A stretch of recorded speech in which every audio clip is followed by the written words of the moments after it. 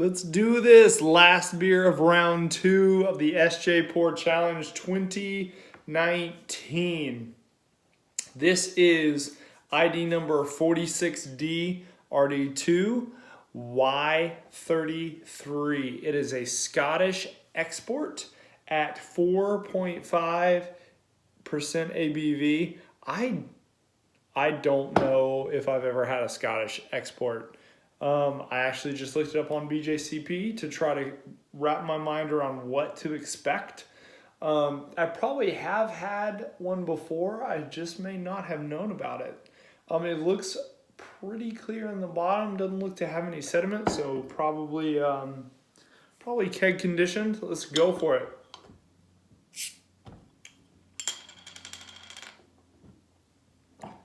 Looking initially like some nice carbonation. Dark copper color. And it's pouring beautiful. It's a beautiful looking pour. You got this really dark copper, and like dark copper amber, and like just on the light end of starting to look a little brown.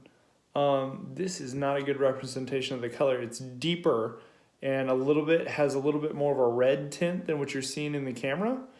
It's a really nice looking beer. It is kind of hazy. It's really not very clear. I mean, let's say it just has a haze to it. So not really that clear, but if you hold it up to the light, you can still definitely see through it. And it's got really nice ruby red, amber, dark copper tones to it.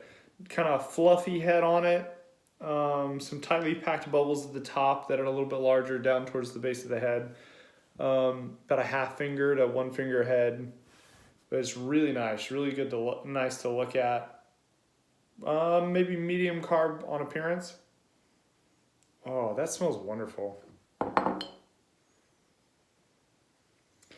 You get some bready kind of biscuit aromas off the nose, with like maybe a hint of like caramel, but it's not. It's there, but it's not overpowering. It's not super present, and you get kind of maybe like a fruity ester off of it, a little bit nondescript, but there's definitely an ester profile there that's kind of coming through the nose. That's complementing the malt profile well. It smells very clean. I think that's what initially attracted me to it when I first took a sniff. It smells very clean, malt forward. Man, I'm excited to get into this. It smells flavorful, so I'm excited. Cheers.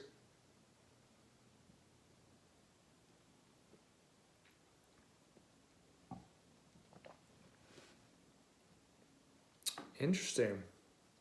That's good.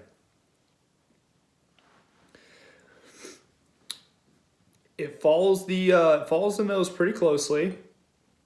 It's definitely a malt forward beer, but it for sure has some fruity esters going on. Actually, it's a little lighter on the mouthfeel than I think I would have expected from the nose. Not a detractor, but I was expecting a little bit fuller body. But it's on the medium to light end of body, and it's actually a little bit higher carbonation than I expected.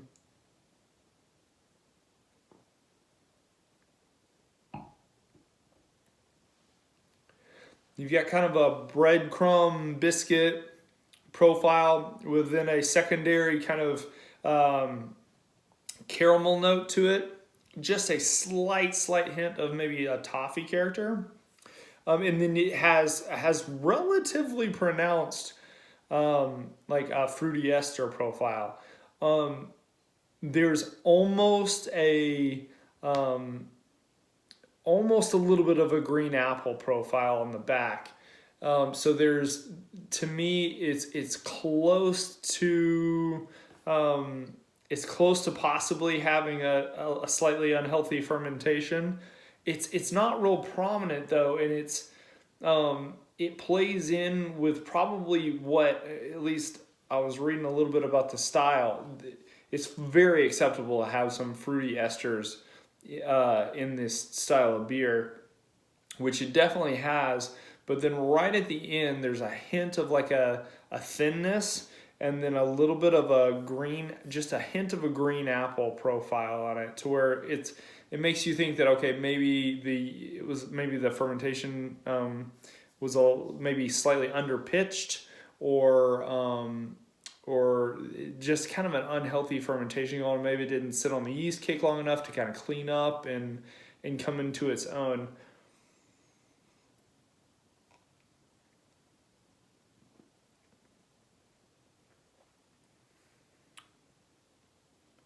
Check myself before I say something.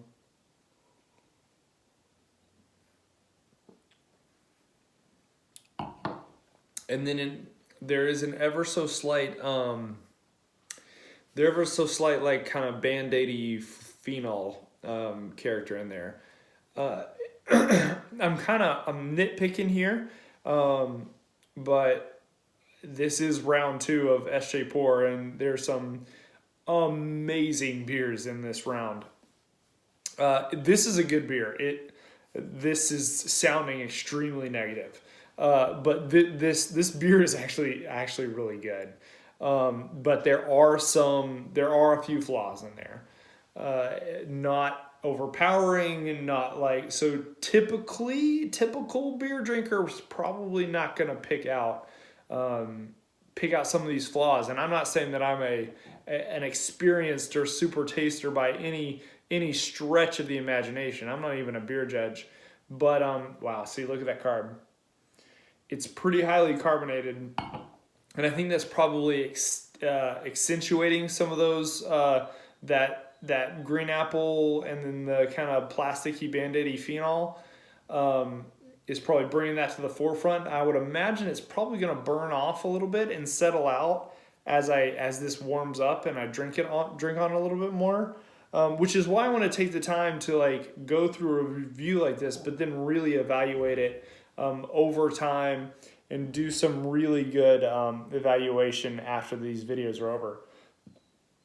It does have a really nice, interesting. So when I just had that burp is really where a little bit of that phenol character came out. Not the most pleasant thing in the world.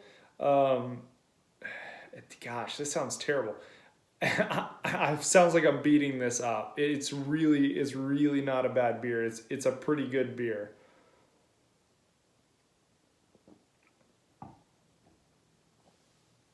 And I would definitely sit and drink it. I would put it on tap. It does have a lovely malt leaning profile to it. It could probably deal with a little less carbonation to kind of accentuate the malt a little bit more, but not a ton less. It's got a good caramel note to it, and a good like bready, biscuity, grainy kind of underlying profile there, and yeah, I don't want this to come across as too derogatory, because this is a really good beer. If somebody would have sent this to me, if I would have bought this in a store, I would be happy with it. I would definitely drink it for sure.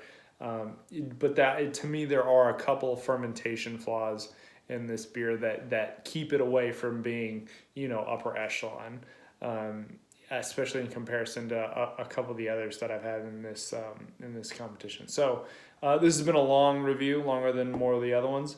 But cheers, and I'm going to go score this for the last entry that I have reviewed in the round 2 of SJPorr 2019. And I'm excited to see the scores.